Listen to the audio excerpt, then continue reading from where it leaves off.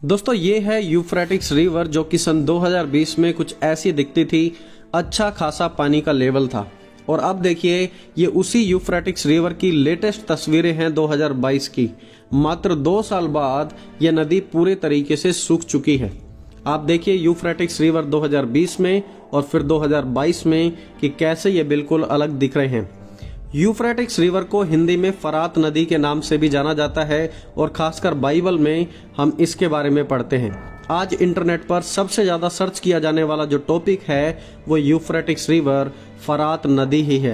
अब आप सोचेंगे कि ऐसा क्यों, कि आखिरकार इस नदी में ऐसा क्या है, लोग फरात नदी को क्यों सर्च कर रहे हैं इंटरनेट पर और इस सूखी हुई नदी को लोग विजिट क्यों कर रहे हैं और वहाँ के अवशेषों को क्यों ढूंढ रहे हैं, आखिरकार ऐसा क्यों।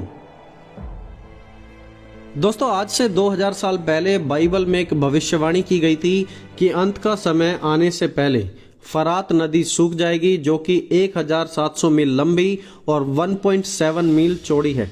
और जब ऐसा होगा तो मान लेना कि पृथ्वी पर एक बहुत ही बड़ी विपत्ति आने वाली है। जब परमेश्वर ने पहले इंसानों को आदम और हव्वा को बनाया था तो परमेश्वर ने उन्हें अदन के बगीचे में रखा था। अदन का बगीचा एक बिल्कुल ही परफेक्ट स्थान था और परमेश्वर ने उसी अदन के बगीचे को सींचने के लिए वहां पर एक महानदी बनाई थी जिसकी 4 मुख्य धाराएं हैं और उन्हीं में से एक थी फरात नदी। इसके बारे में उत्पत्ति 2 अध्याय में हम पढ़ते हैं।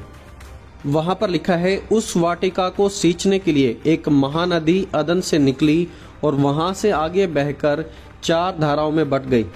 पहली धारा का नाम पिशोन है। यह वही है जो हवीला नाम के सारे देश को, जहां सोना मिलता है, घेरे हुए है।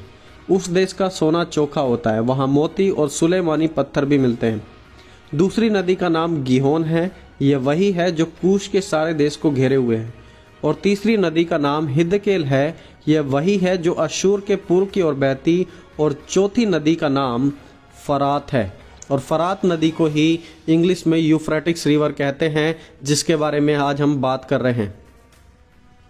अदन के बगीचे से बहने वाली महानदी की ही एक धारा थी यह फरात नदी, जो आज आप अपनी स्क्रीन पर देख रहे हैं और जिसकी भविष्यवाणी को आप सुन रहे हैं। प्रकाशित वाक्य की किताब उसके 16 अध्याय उसकी 12वीं आयत में इस प्रकार लिखा है, 6वें स्वर्गदूत ने अपना कटोरा महानदी फरात पर उंडेल दिया और उसका पानी सूख गया कि पूर्व दिशा के राजाओं के लिए मार्ग तैयार हो जाए। ध्यान दें यहाँ पर कि 6वें स्वर्गदूत ने जब अपना कटोरा महानदी फरात पर उंडेल दिया और उसका पानी वहां पर सूख गया। किस लिए सूख गया? कि पूर्व दिशा के राजाओं के लिए मार्ग तैयार हो जाए। So according to the prophecy of Revelation, फरात नदी का सूखना एक अंतिम समय की घटना है। चलिए मैं आपको पिछले कुछ सालों का रिकॉर्ड दिखाता हूं कि आखिरकार फरात नदी आज से तकरीबन कुछ साल पहले कैसी थी, ताकि आपको ये बात ओवरऑल समझ आए। ये जो फुटेज आप देख रहे हैं ये है 23 मार्च 2021 की और उस समय फरात नदी में इतना पानी था और जो आप ये बीच में टावर बना हुआ देख रहे हैं वो आधे से ज़्यादा पानी में था। 11 सितंबर 2021 में फरात नदी का जो वाटर लेवल था वो घट गया और मात्र 6 महीने में घटकर सिर्फ इतना रह गया जितना आप अपनी स्क्रीन पर देख पा रहे हैं। 10 जनवरी 2022 में वाटर लेवल और भी ज़्यादा घट गया और इतना घट गया कि यह टावर का निचला भाग अब बिल्कुल साफ दिखने लगा। तो आपने इन 3 फुटेज में देखा कि कैसे जो वाटर लेवल था वो लगातार घटता ही जा रहा था। 15 सितंबर 2022 में वाटर लेवल ऑलमोस्ट बिल्कुल कम हो गया और आसपास के जो सारे इलाके थे वो सूख गए।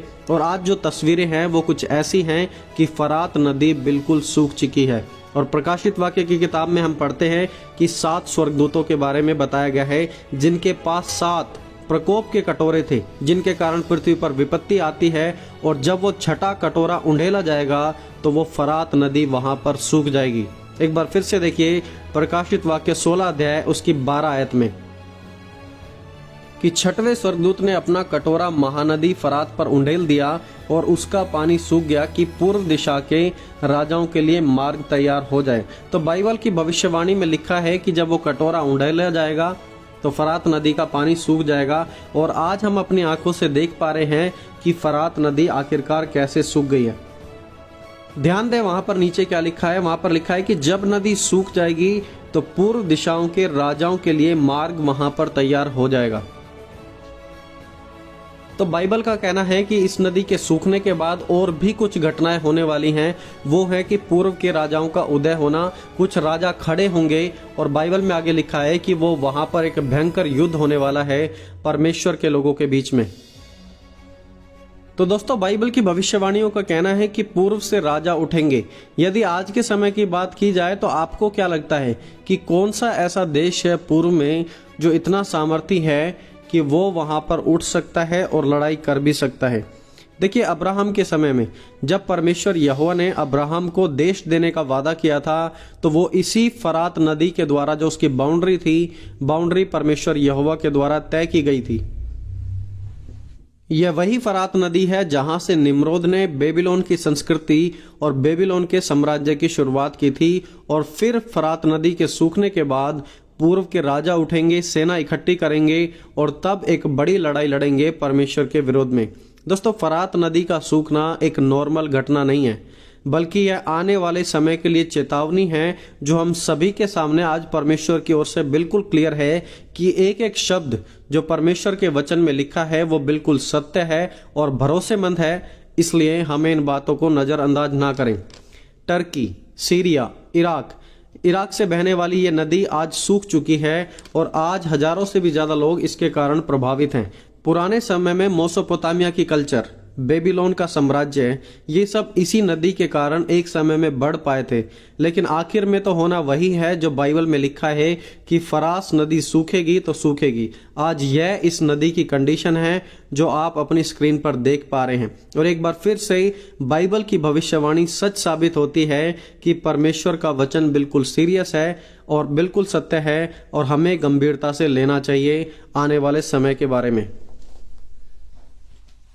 और फिर देखिए, जब हम प्रकाशित वाक्य 16 अध्याय उसकी 13 आयत पढ़ते हैं इस नदी के बारे में पढ़ने के बाद में, तो फिर वहां पे लिखा है, फिर मैंने उस अजगर के मुंह से और उस पशु के मुंह से और उस झूठे भविष्यवक्ता के मुंह से 3 अशुद्ध आत्माओं को मेंढकों के रूप में निकलते हुए देखा। तो आप वहां पे देखेंगे कि जैसे ही जो छठवां कटोरा है पलटा जाता है, उसके बाद शैतान के बारे में और उसकी दुष्ट आत्माओं के बारे में वहां पर बात की जाती है। तो दोस्तों, हमारे पास समय ज्यादा नहीं है।